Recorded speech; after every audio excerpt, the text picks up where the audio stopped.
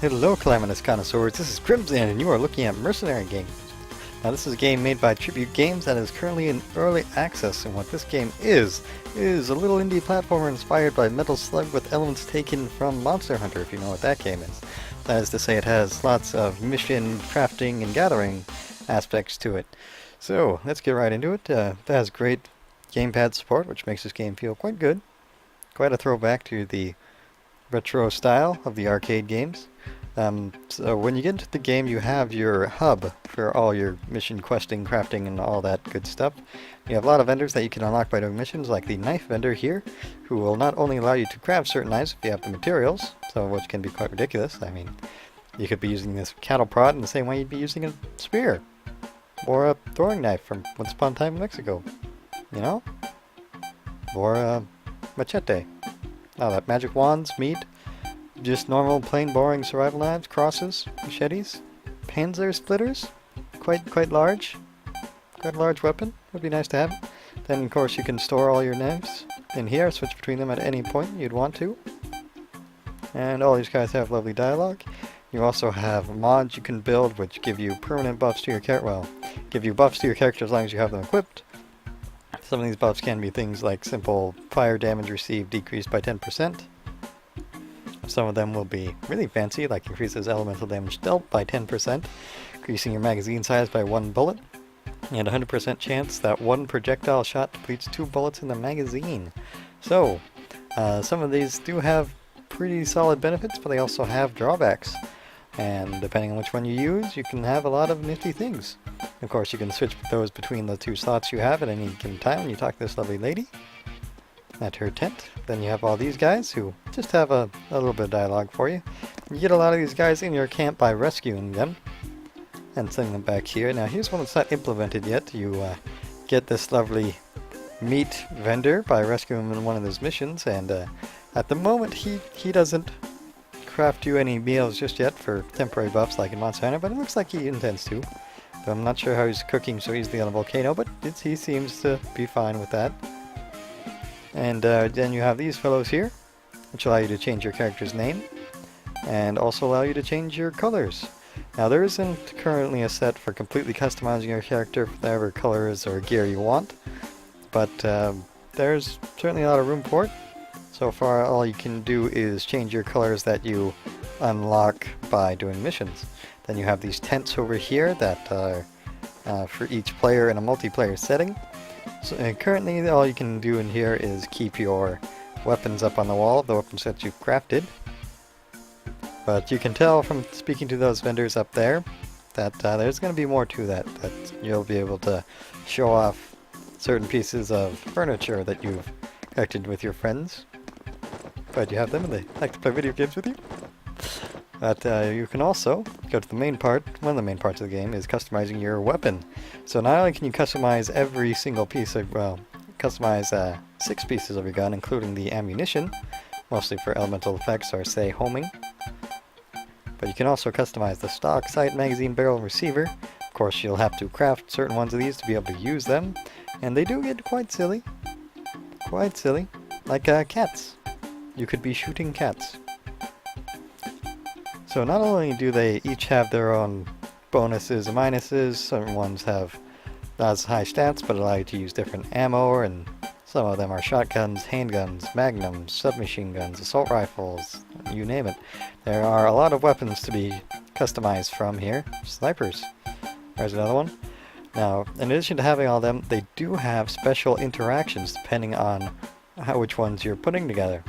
So by using a proper barrel with a proper receiver, you can be able to get a huge damage bonus that isn't quite indicated by the base stats when you're crafting, which can be really nice. So you just really have to mix and match, just try out all kinds of different combinations to figure out what really works for you.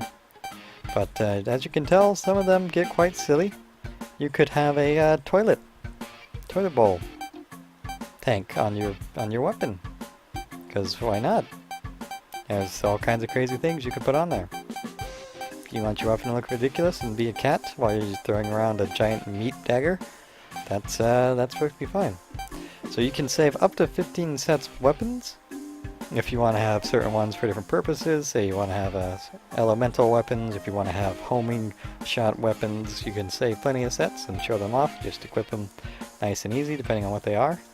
My weapon is a little bit strong right now. It's been serving me well. And then you have your bank type lady that also sells a few things, healing items, consumables, that kind of stuff. Revives, also lets you sell pretty much everything if you really don't want your stuff. And of course everybody has their fun little animations. Have you ever tasted a breakfast burrito? You'll enjoy it, trust me, yeah! So that guy's there. And then over here you can accept a mission from your general. Now currently there's only a few sets of missions available in the early access. This one is a little bit empty. Let's go for a nice kill mission. There's a lot of missions per area, per rank rather. There's multiple areas per rank of missions. Those are all boring. Ah, here we go. So let's accept that mission. So we can accept that mission and go up here and talk to him. We can also exit into the hunting grounds if you want to hunt and collect meat and furs, probably for the food system that isn't currently implemented. One more thing I wanted to mention about here is you get the ability to customize and craft more weapon parts as you rank up by doing missions. And the more missions you do, the more weapon parts you're able to craft, the more materials you get for crafting, and the more missions that unlock. It's actually a very intuitive system that doesn't waste any time. So you get to chop her out to your mission, start shooting some guys. This one shouldn't be too tough. There are some varying difficulty levels of this. Although, well, if you have a good gun, you can pretty much blow through anything. There was also the option of upgrading your armor at the weapon vendor. That increases your health only, doesn't reduce the damage you take or anything like that. Although it doesn't seem to have any physical change on the character, which is a little weird. That you're not able to customize the way you look or any defensive stats, really, aside from those two mods. But you may notice that I'm seeing the health bars above the enemies. That's because I have a certain biomod equipped that allows me to do that. It also shows me where on the map my bosses are. This is probably the main reason I like it, but having the health above their heads isn't too bad either. So looks like this guy is in the sewers. Let's go say hi to him. There is actually a pretty large enemy variety in the game for being old school arcadey based. I was a little surprised by. There are a few color palette swatches, but that mostly is indicative of elemental damage, which is a nice touch to add that element in there. They do get into it fairly quickly. Although, if you notice that you can only shoot in 4 directions, which is a little bit annoying when the enemies are coming at you from diagonals, and, well, with the screen space being so limited, being pretty zoomed in, it's a little bit difficult to deal with it. Also, you have the sweet spot reloading mechanic, where if you get in the green spot, you get a little bonus, and a lovely noise that I haven't heard way too much already. In the yellow spot, you just get a normal reload and begin firing immediately, and if you miss entirely, you go red and can't shoot for a little while. But with my weapon right now, even when I can't shoot for a little while, it doesn't make much of a difference. So let's get our lovely boss here. See what kind of mechanic he has for us. Now there aren't too many bosses available. They do seem to have similar mechanics of avoid attack then hit them.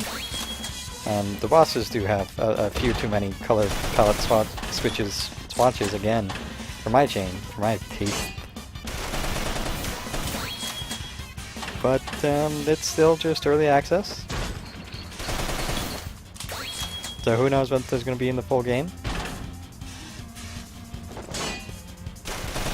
If you're a big Metal Slug fan, looking for a way to play with your friends online, it's definitely nice for that.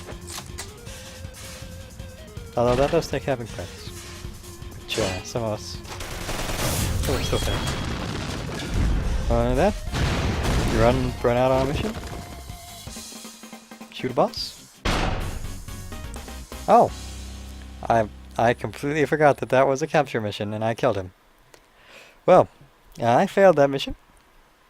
That is how you fail a mission by Crimson. So to do the capture missions, you need to bring shot grenades and hit them with that while they are in their red glowing state. But I wasn't paying any attention. I was trying to look at other things. So let's do something a bit more fun. Yeah. So we're gonna go to a nice endgame mission to kill some Titan troopers at the Bastion Dam. Although if I recall, this is one that was really extremely buggy, with the bosses that would get stuck in places where they were unkillable. But you know, it's early access, not representative of the final product. What can you say? Now there's a lot of fun elements to the platforming of it. Now you do have a weight built in on what weapon and knife you carry around that changes the speed at which you run around. Although there are a few places I haven't quite discovered how to get to, even at the highest or lowest of weights possible, but otherwise, running and jumping goes a bit faster. You can also roll. So let's check out where my bosses are. One's up there. I had to kill 2, right? Well, so far we have one up there. So, when looking at our map here, we can see that we have the option of going up over there. And we saw from where we started we can't get up over that edge, so we're going to have to go all the way around up here and all the way to the left. Which, well, is an element of the game that can get a little bit repetitive. There are quite a few amount of zones, and they are quite large, with plenty of enemy variety. Although the enemy locations are almost always the same for most of the missions, unless the mission specifically puts enemies there because you have to kill them. And a lot of the missions do end up dragging you through the entire level, and not just a section of it, although some are better at that than others. Or sometimes you just really like to gather so you can craft super weapons and you end up running through the entirety of the level anyway. Oh, is there? Ow. So my boss is here already, outside of his little cage. He's a bit frustrating. Keep coming this way before I start shooting you, please. Because you cannot get any bullets through the reflective barrier for the bosses. These Titan troopers are a little simple when you're not jumping on top of them. His only weak spot is his backside. So, whoop. You have to wait for him to show it to you. And shoot him. And with the strength of my weapon, it's pretty simple. Again, he's just wait for him to attack, move to his weak spot and shoot. As is a pretty similar tactic as most of the bosses. Yeah, even with my weapon, it does take a little bit. Again, the boss, look at how much damage I can do to him right now. It's an extremely frustrating element of the game. And he literally, he's outside of his specific boss fight arena, and it's the only spot where I can't damage him at all. This is a little annoying. I hope they find a solution to that one too. So we gotta try to get this guy into the center of the arena so we can actually fight him.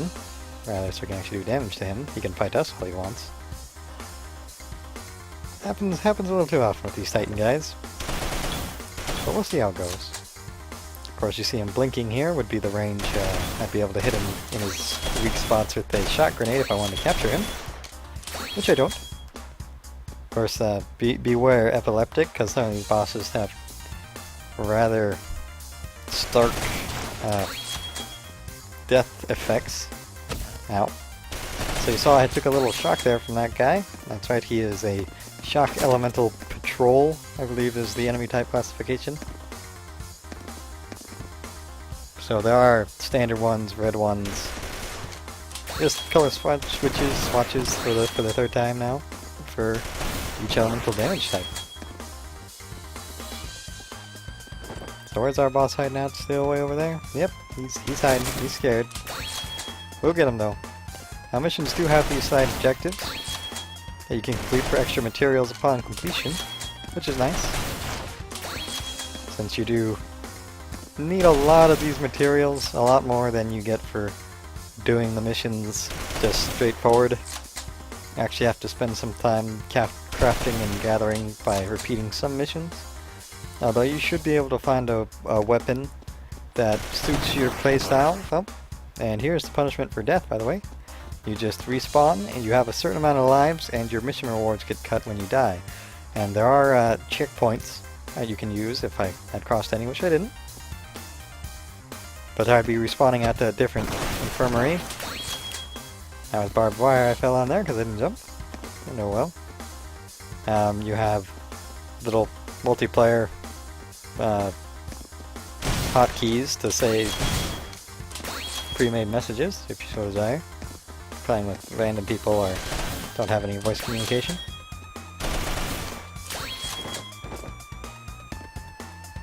Now there are some pretty intense platforming elements to this game, as you might expect from a true Metal Slug inspired game.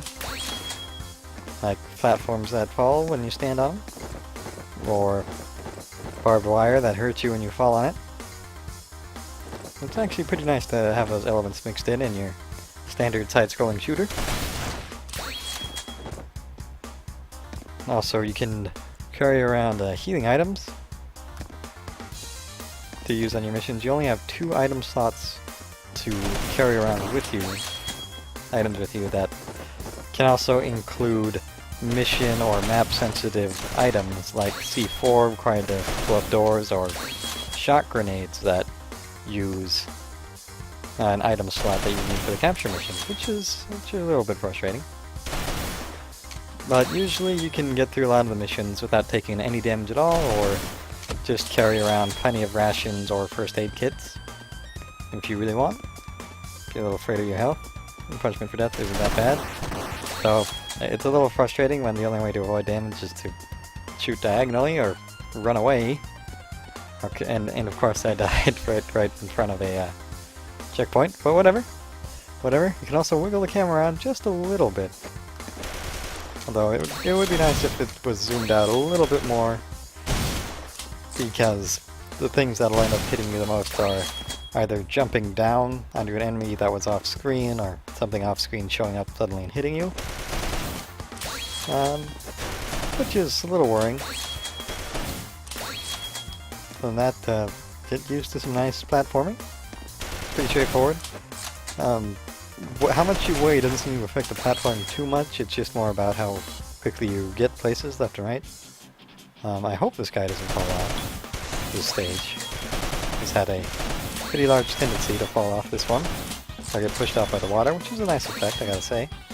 At certain parts of the water will push you forward or backwards, as you can see there on that very edge. Thank you for showing me your back. So a lot of bosses have similar mechanics. Like this one, just let him attack, then shoot him. Again. Not sure if I've reiterated that, but that's all there is to say about the bosses. They do even have a few palette swap bosses that just increase their health. Hit me please instead of walking off this edge, boss. Could you jump so I could roll under? That's fine. That's fine. Just come this way. You know, feel free to keep showing me your back so I can finish. There we go. Okay. Beware epileptic people. These bosses do explode in a rather gaudy fashion. And you notice the edges went away now that the boss is dead. The character celebrates a little bit. How they complete a mission. So you can enjoy it. So you get fastest time, your bonus materials for completing objectives, the amount of rank points you get for completing it, and of course money, and money for some objectives, plus potential bonuses. And you get right back to your mission hub. So if you're a fan of the 2D platforming of the Metal Slug style and want a little bit of in-depth crafting, want to build really wacky weapons with tubas on them, let's make sure this one's nice and safe before we equip one of these. Alright, so if you want that, be sure to check out Mercenary Kings, currently in early access, where there are plenty of bugs that cause you to crash when you try to load a weapon set. So thank you so much for watching. And my hat is off to you.